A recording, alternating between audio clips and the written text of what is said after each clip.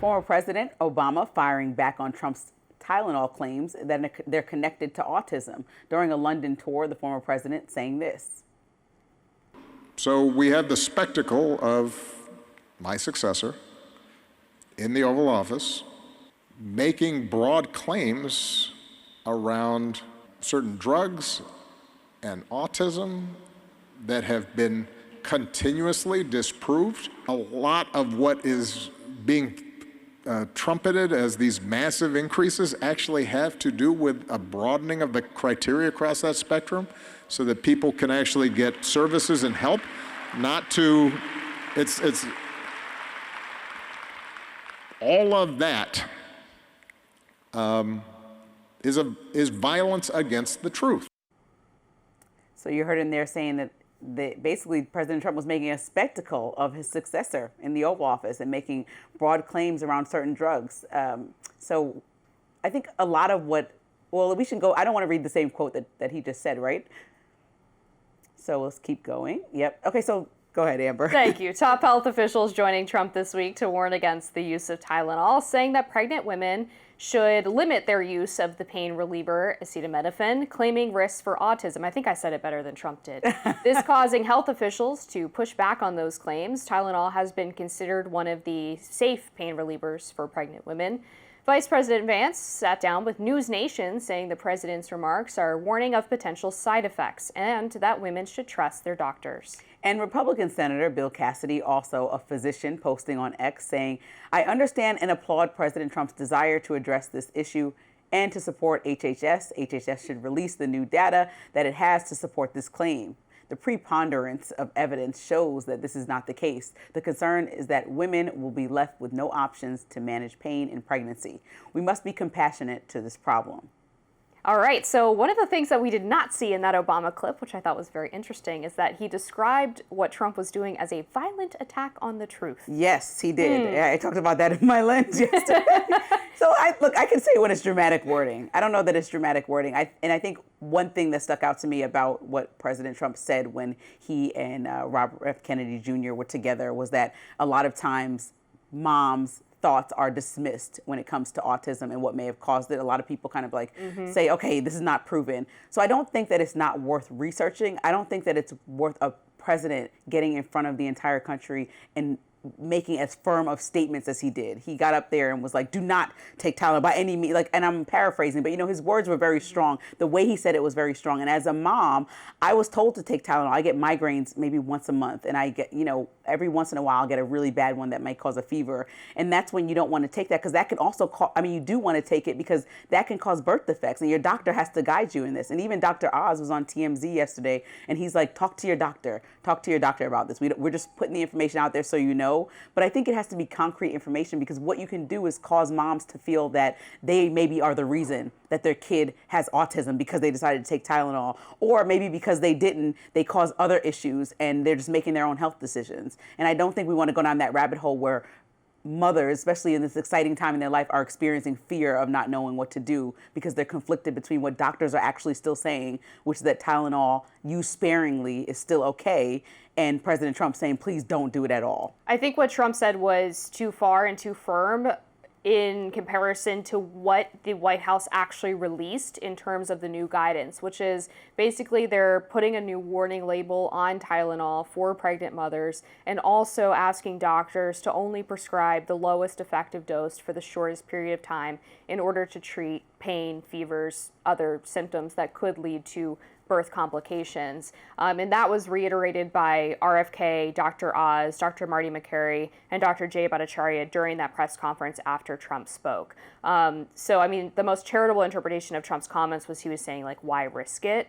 But I do think saying, don't take it, just don't take it, was not consistent with what the rest of his health advisors were actually saying in that press conference. In regards to the evidence and the data, this is where I take great issue with Obama's comments, particularly the violent attack on the truth as he described it. There are a lot of studies that suggest or claim that there is some kind of connection between Tylenol and increased rates of autism and ADHD, including the Harvard School of Public Health, which did a review of 46 previous studies involving 100,000 patients that confirmed that connection, as well as Mount Sinai, Johns Hopkins University, and some women's health studies. So this is not obviously coming out of nowhere. There was a review of the previous evidence that was done, and they are also doing a further investigation of this connection, as well as potentially other linkages to autism. One of the important things in this press conference as well that was really not covered by the media or undercovered because of the freak out over Tylenol was that they discovered this cheap drug can also be, and I apologize, I don't recall the name, it's in the White House report, but this drug can be used to treat one of the drivers of autism, or one of the symptoms, which is there's basically a receptor in the brain that's not receiving certain, I don't know what the term is. We're not doctors, but I think everybody understands. Basically, it inhibits the flow of this, whatever it is, to the brain more easily. And in children with autism who have verbal development issues, 60% of them saw an improvement when taking this drug.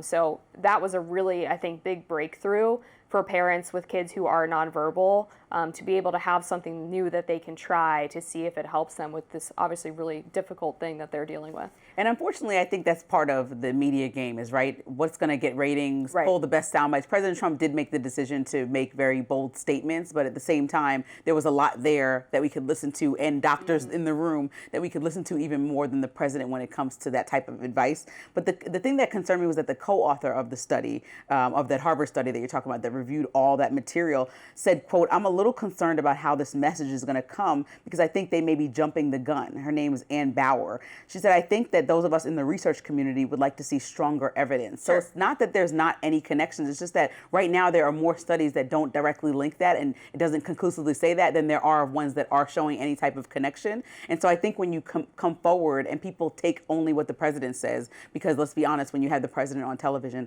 people are tuned in more than when you have the rest of the meetings, then that's the average American that might be pregnant, or perhaps that doesn't have time to read through the whole White House briefing like you did, and they're just seeing that in all the headlines, the president said, don't take Tylenol. And I think that that is just where we are. Sometimes social media clips out sound bites. And so we would just want the president to be well-informed if he's going to speak on it as these doctors that were next to him. Yeah, there's also the problem of people just doing the opposite of what Trump says because they don't like him. There were an unfortunate number of people on TikTok who were displaying their pregnant bellies and then just popping Tylenol into their mouth and doing it as like a trend. I don't spend that much time on TikTok, but that's crazy. I know, it was insane. And it's like, do you think you're owning Trump by potentially harming your baby? Like, I don't understand what your goal is here. Really, really bizarre stuff. I truly, I don't use Trump derangement syndrome often, but that's like Trump derangement syndrome. Yeah, that's pretty wild. Absolutely wild.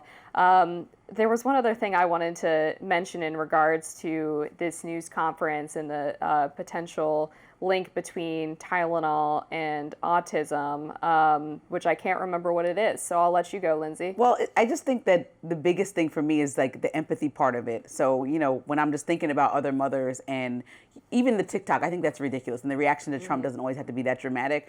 But just being well informed, I remember how scary that time was. There's a legitimate fear that happens to me, specifically because for me as a Black woman, when I saw like Serena Williams say, oh my God, this opportunity to maybe not be properly cared for, there's so much going on in your mind as a woman having a baby. And I think that you don't want to add any additions to that. And I remember now thinking, I'm like, should I call my doctor who was recommending, as someone who gets headaches, to take Tylenol, who gets, fevers, to take Tylenol, and not kind of being upset, but I just want the link to make sense. Like, please research it. Please find out and give us hardcore evidence. But if you don't cause panic. And a mom right now is being recommended Tylenol and now confused. Yeah. At this moment, I'm sure there's at least one that's like, her doctor said what my doctor told me, I'm sure. And not knowing what to do. I'm sure. It is a confusing time. And I think having, an abundance of caution until the connection is confirmed or there's more evidence is probably the right tack to take. The other thing I wanted to mention is that the drug maker that owns Tylenol apparently spun it off into a separate company in 2017. I know that. As they were facing a lawsuit for this exact thing, for alleged connection to rising autism rates. Robbie brought up that tweet. They wrote, we wouldn't recommend pregnant women. Oh, no. What I'm talking about is separate, though. Oh, something from the different. Tweet. Okay. No, the drug company who owns Tylenol, they spun Tylenol off into a separate company amid a lawsuit over the connection to autism. Well, definitely, if Big it's worth Pharma looking doing into Big it, Pharma look things, into right? it. Look into it. I just want to be Yeah. sure. I'm not definitely rounding I'm just for. saying that's sketchy. Okay, All guys, right. Tylenol it is. Or Repub- isn't. Or isn't. Republicans are looking for ways to honor Charlie Kirk in the wake of his assassination, and 2 lawmakers have a unique proposal. We'll talk about that after a quick break.